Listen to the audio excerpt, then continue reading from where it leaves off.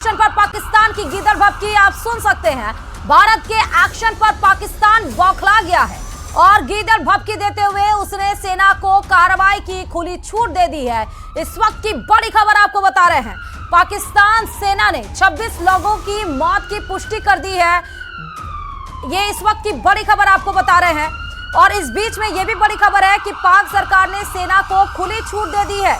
आपको बता दें कि ऑपरेशन सिंदूर के तहत जहां 9 आतंकी ठिकानों को नेस्तनाबूद किया गया, पहलगाम आतंकी हमले का जहां ऑपरेशन सिंदूर के जरिए बदला लिया गया, उस बीच घबराए पाकिस्तान ने अपनी सेना को जवाबी कार्रवाई के लिए छूट दे दी है। भारत के एक्शन पर पाकिस्तान की ये गीदड़ भभकी आप सुन सकते हैं और देख सकते हैं। इस वक्त की सबसे बड़ी खबर इस पाकिस्तान से मिल रही है, जो उसने सेना को जवाबी कार्रवाई करने के लिए खुली छूट दे दी है। अब आप समझ सकते हैं कि जवाबी कार्रवाई में वो करेंगे तो करेंगे क्या, क्योंकि उनकी जो नर्व है, उनका जो सबसे मजबूत पाकिस्तान है, उसको तो हमने धराशायी कर दिया। 9 आतंकी ठिकानों पर ताबड़तोड़ मिसाइलें दागी और एयर स्ट्राइक के जरिए उन सबको मिट्टी में मिला दिया। और जहां पर जैश-ए-मोहम्मद का सरगना मसूद अजहर के पूरा परिवार जहां इसमें खत्म हो चुका, और वो कह रहा है कि सेना को खुली छूट दे रहा है कि जवाबी कार्रवाई करे। सेना भी बेचारी डर रही होगी कि क्या सोच समझ के ऑर्डर्स दिए जा रहे हैं, क्योंकि ये बड़ी गीदड़ भभकी की सीधे तस्वीरें देखिए। क्योंकि हर बार जब चाहे वो एयर स्ट्राइक की बात हो, चाहे वो डिजिटल स्ट्राइक की बात हो, चाहे वो वाटर स्ट्राइक की बात हो, इस तरह से गीदड़ भभकी के स्टेटमेंट्स लगातार पाकिस्तान की तरफ से आते रहे हैं। उसके बाद से कैसे उनको अपने परिवारों को शिफ्ट करना पड़ा और उनके ही रक्षा मंत्री 1:30 बजे ये कहते हैं कि भारत कोई बड़ा एक्शन ले सकता है। 1:30 बजे वो प्रेस कॉन्फ्रेंस करते हैं। इतना डरा हुआ पाकिस्तान वो अपनी सेना को खुली छूट दे रहा है। तो इस वक्त ये बड़ी खबर आपको फिलहाल बता रहे हैं। दूसरी तरफ ये तस्वीरें बहुत अहम हो जाती हैं, जहां पर आप देखिए कि 9 उन ठिकानों को हमने मिट्टी में मिला दिया जो आतंक को पनाह देते हैं।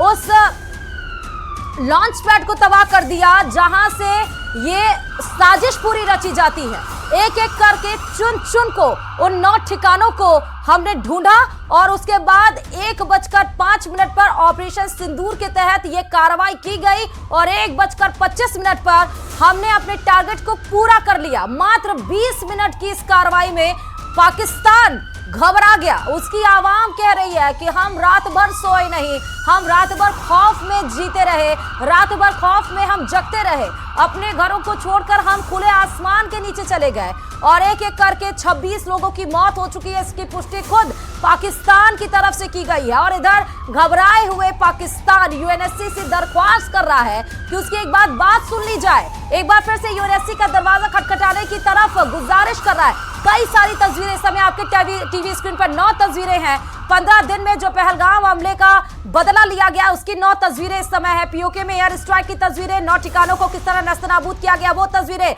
बहावलपुर में तबाही किस तरह से देखी गई, जो लश्कर-ए-तैयबा का आतंक का गढ़ माना जाता उसको हमने मिटा दिया। मिट्टी में किस तरह से आतंकी मिले, एम्बुलेंस के जरिए किस तरह से पहुंचाया गया, वो केस भी आप देख रहे होंगे जो लाशों से भरी निकल रही है। वो बीच में सबसे बड़ी तस्वीर ऑपरेशन सिंदूर, कहां पर कौन सा टारगेट किया है वो आपको तस्वीरें दिखा रहे हैं। लश्कर का हेडक्वार्टर तबाह हो गया, मदरसा छोड़कर वहां पर लोग किस तरह से रात के ही समय भागते हुए, अफरा तफरी का ये मंजर आपको दिखाई पड़ रहा है। पहलगाम का बदला किस तरह से लिया गया है, उसके बाद जमींदोज हुई उस आतंकी जो संगठन है, जो आतंकी पूरा स्ट्रक्चर है, वो किस तरह से जमींदोज हो गया वो आप तस्वीरों में देख सकते हैं। मुजफ्फराबाद में हमले की ये तस्वीरें आप देख सकते हैं। ये तस्वीरें बहुत कुछ बताती हैं, ये तस्वीरें साफ तौर पर बताती हैं और ये सेना ने पुष्टि भी कर दी कि हमने आपके इकोनॉमिक सेक्टर को नहीं छुआ, हमने आपके सैन्य ठिकानों को नहीं किया, आपकी आवाम निर्दोष लोगों को नहीं मारा। जिस तरह आपने हमारी आवाम, हमारे निर्दोष, हमारे निहत्थे लोगों को पहलगाम में मजहब के नाम पे पूछ कर मारा गया, हमने वो काम नहीं किया है। हमने उसी जगह को टारगेट बनाया जहां पर आतंक का पनाह है, जहां आतंक का गिरोह है, जहां आतंक का जड़ है,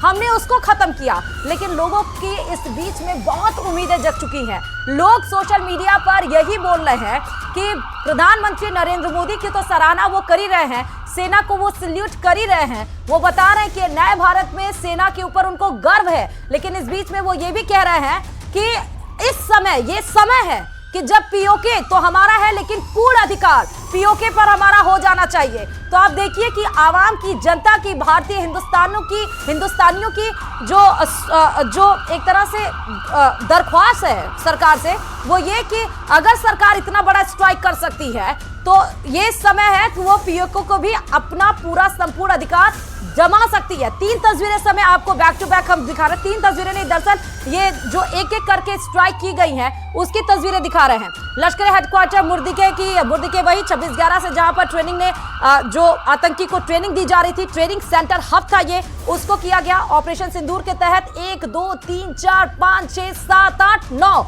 आतंकी संगठनों पे ताबड़तोड़ मिसाइलें दागी गई और मात्र 20 मिनट के अंदर, जब इनकी पूरी आवाम सो रही थी, जब सेना को भनक तक नहीं थी, जब शहबाज शरीफ बेखौफ होकर सो रहे थे, जब असीम मुनीर पता नहीं कहां थे, जब ये नींद से जागे भी नहीं थे, तब तक तो हमने अपना पूरा टारगेट भी पूरा कर लिया। और सबसे बड़ी बात इसकी ये है ऑपरेशन सिंदूर की कि हमने जो टारगेट बनाया, जो स्ट्रैटेजी बनाई, वो सफलतापूर्वक हुई। एक भी निशाना चूका नहीं। और इस बीच एक बड़ी खबर और आ रही है कि सीमावर्ती राज्यों को सुरक्षा बढ़ाने के कड़े निर्देश गृह मंत्री अमित शाह की तरफ से दिए गए हैं, क्योंकि बॉर्डर राज्यों के सीएम और डीजीपी के साथ गृह मंत्री अमित शाह की नॉर्थ ब्लॉक में बड़ी बैठक की गई और उस बड़ी बैठक में जो सीमावर्ती राज्य हैं उनकी सुरक्षा बढ़ाने के कड़े निर्देश भी दे दिए गए हैं। ऑपरेशन सिंदूर के बाद सीमा पर सुरक्षा और कड़ी होगी, क्योंकि गृह मंत्री अमित शाह ने वीडियो कॉन्फ्रेंसिंग के जरिए, चाहे वो राजस्थान हो, चाहे वो जम्मू कश्मीर हो, चाहे वो पंजाब हो, चाहे वो उत्तर प्रदेश हो, इन सभी राज्योों के सीएम से बात की है। और देखिए बदले की टाइमलाइन की सीधे तस्वीरें हम आपको दिखा रहे हैं। अमेरिकी राष्ट्रपति का हमले पे बयान आया है। सबसे पहले हम आपको पाकिस्तान पीओके में आतंकी ठिकानों पर हमला किया गया, भारतीय सेना ने हमले की पुष्टि कर दी। उसके बाद फिर पाक ने एलओसी पर सीज फायर तोड़ा। उसके बाद भी देखिए, हिम्मत देखिए, अमेरिकी राष्ट्रपति का हमले पर बयान भी सामने आया। एक एक करके बदले की टाइमलाइन आपको। एनएसए डोवाल की अमेरिकी विदेश मंत्री से बातचीत हुई, उन्होंने कहा हमारे पास प्रूफ है। सियालकोट एयरपोर्ट 48 घंटे के लिए बंद कर दिया गया। एक एक करके क्या क्या हुआ वो आपको सिलसिलेवार तरीके से समय के अनुसार बता रहे हैं। 1:05 पर जब उसके बाद हमला किया गया, फिर 1:50 पर ये, और फिर 3 बजे के आसपास एलओसी पर सीज फायर तोड़ा गया। फिर 3:10 पर अमेरिकी राष्ट्रपति का हमले पर बयान भी आ गया। फिर 3:15 से 20 के बीच में एनएसए डोवाल की अमेरिकी विदेश मंत्री से रूबियो से बातचीत हुई। फिर 3:20 पर सियालकोट एयरपोर्ट 48 घंटे के लिए बंद कर दिया गया। तो एक एक करके रात के 1 बजे से 5 बजे, 1:05 से शुरू हुई ये घटना माफ करिएगा, ये कार्रवाई, ये जो बदला था, उसकी टक टक करके घड़ी की सुइयां आगे बढ़ती गईं और एक एक अपडेट्स इसमें आते गए। आप ये सोचिए, जहां पर इजराइल जैसा देश ये कह रहा है कि भारत ने सेल्फ डिफेंस में, आत्म सुरक्षा में ये बड़ी जवाबी कार्रवाई की है, आप ये सोच सकते हैं कि भारत का स्टैंड, भारत की प्राथमिकता पूरे विश्व में कहां पर है। बाकी देश ये कह रहे हैं कि भारत सेल्फ डिफेंस में ये कार्रवाई कर रहा है। और भारत ने जब रूबियो से बात की, विदेश मंत्री से उनके बात की, तो साफ तौर पर एनएसए अजीत डोभाल ने, उन्होंने कहा हमारे पास बाकायदा प्रूफ्स है, हमारे पास पहलगाम के